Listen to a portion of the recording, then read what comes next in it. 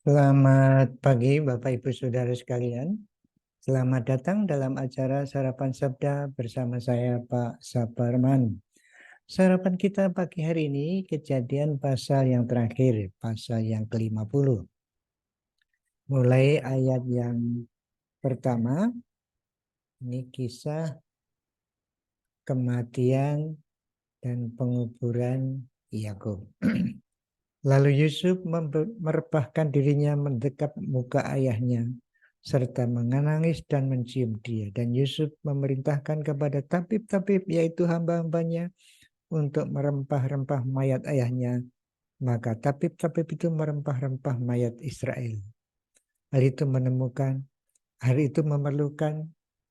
40 hari lamanya, sebab demikianlah lamanya waktu yang diperlukan untuk merempah-rempahi.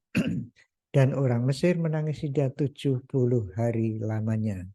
Setelah lewat hari-hari penangisan, berkatalah Yusuf kepada seisi istana Firaun, jika kiranya aku mendapat kasihmu, katakanlah kepada Firaun bahwa ayahku telah menyuruh aku bersumpah, katanya, tidak lama lagi aku akan mati dalam kuburku yang telah kugali di tanah Kanaan. Disitulah kau kuburkan aku. Oleh sebab itu, izinkanlah aku pergi ke sana, supaya aku menguburkan ayahku, kemudian aku akan kembali. Lalu berkatalah Firaun, pergilah ke sana, dan kuburkanlah ayahmu itu seperti yang telah disuruhnya engkau bersumpah. Lalu berjalanlah Yusuf ke sana untuk menguburkan ayahnya, dan bersama-sama dengan dia berjalanlah semua pegawai Firaun, para tua-tua dan istananya, dan semua tua-tua dari tanah Mesir. Seisi rumah Yusuf juga saudara-saudaranya, dan seisi rumah ayahnya, hanya anak-anaknya serta kambing domba dan lembu kerapinya ditinggalkan karena mereka di tanah Gosen. Baik kereta maupun orang-orang yang berkuda turut pergi ke sana bersama-sama dengan dia, sehingga iring-iringan itu sangat besar. Setelah mereka sampai di Goren Haatat yang di seberang sungai Yordan, maka mereka mengadakan di situ ratapan yang sangat sedih dan riuh. Dan Yusuf mengadakan perkabungan 7 hari lamanya karena ayahnya itu. Ketika penduduk negeri itu, orang-orang Kanaan melihat perkabungan di Goren Hatat itu, berkatalah mereka, inilah perkabungan orang Mesir yang amat riuh. Itulah sebabnya tempat itu dinamakan Abel Misraim, yang letaknya di seberang Yordan. Anak-anak Yakub melakukan kepadanya seperti yang dipesankannya kepada mereka. Anak-anaknya mengangkut dia ke tanah Kanaan, dan mereka menguburkan dia dalam gua di ladang Makpela yang telah dibeli Abraham dari Efron orang Het itu untuk menjadi kuburan milik, yaitu ladang yang di sebelah timur Mamre. Setelah ayahnya dikuburkan, pulanglah Yusuf ke Mesir, dan saudara-saudaranya dan semua orang yang turut pergi ke sana bersama-sama dia untuk menguburkan ayahnya. Nah, Bapak Ibu Saudara-saudara sekalian, ini upacara penguburan yang luar biasa zaman itu khususnya, dan ini kebesaran itu dari Mesir sampai ke Kanaan dengan kereta kuda dan kemewahan penguburan waktu itu. Wah, ini ya cukup dikasih rempah-rempah mungkin kayak mumi. Jadi rempah-rempah saja sampai 40 hari 40 malam. Ya, itu cara Mesir apa mengadakan upacara penguburan, dan itu riuh rendah kata orang Kanaan. Nah, penting sekali di sini memang Yakub kalau dipandang dari kasat mata, inilah penguburan yang luar biasa. Ini penguburan orang besar ya, sampai ada upacara seperti itu, kereta banyak dari Mesir. Nah, tetapi yang paling utama dalam hal ini adalah Yusuf dan anak dan saudara-saudaranya, maksudnya anak-anak Israel, mengikuti, menuruti pesan ayahnya supaya ia dikuburkan di Gua Makpela itu. Kuburan yang telah dibeli oleh Abraham menjadi milik. Ini penting. Jadi kembali lagi seperti sebelumnya, pesan utama di sini adalah anak-anakku, tanah Kanaan ini akan diberikan kepadamu oleh Tuhan. Saya sudah membeli sebidang ini. Untuk bukti bahwa Allah telah memberikan kepada saya tanah ini sebagai bukti bahwa nanti tanah Kanaan akan diberikan kepadamu. Oleh sebab itu, usahakanlah. Nah, seperti itu pesan terakhir dari Yakub yang telah disampaikan, yaitu minta dikuburkan di sini. Tanda bahwa tanah itu adalah tanah perjanjian yang dijanjikan Allah kepada Abraham dan keturunannya. Kalau nanti Bapak Ibu baca pasal 15 Kejadian yang dulu pernah kita renungkan juga, tanah itu dari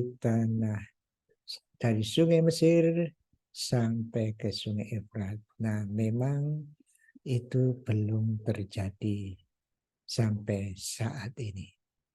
Itu hanya diberikan nanti kepada keturunan Abraham yang bernama Yesus.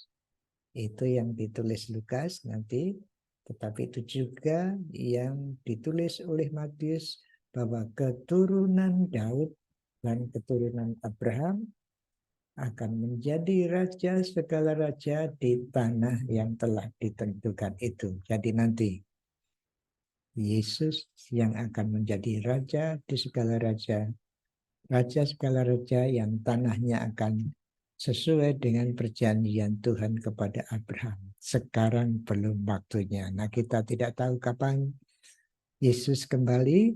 Nah, kita lihat nanti kalau Bapak mau belajar kitab Wahyu, di sana ada tanda-tanda kedatangan Tuhan Yesus. Nanti Matius 25 juga akan menjelaskan mengenai kedatangan anak manusia di bumi. Tapi yang penting sekarang ini adalah bahwa janji Tuhan harus dipelihara, disampaikan turun-temurun. Firman Tuhan yang diberikan kepada Abraham, disampaikan kepada Ishak, kepada Yakub, sekarang kepada Yusuf dan saudara-saudaranya. Buktinya ini, tanah Gua Makpela. Mereka nanti akan kembali ke sana.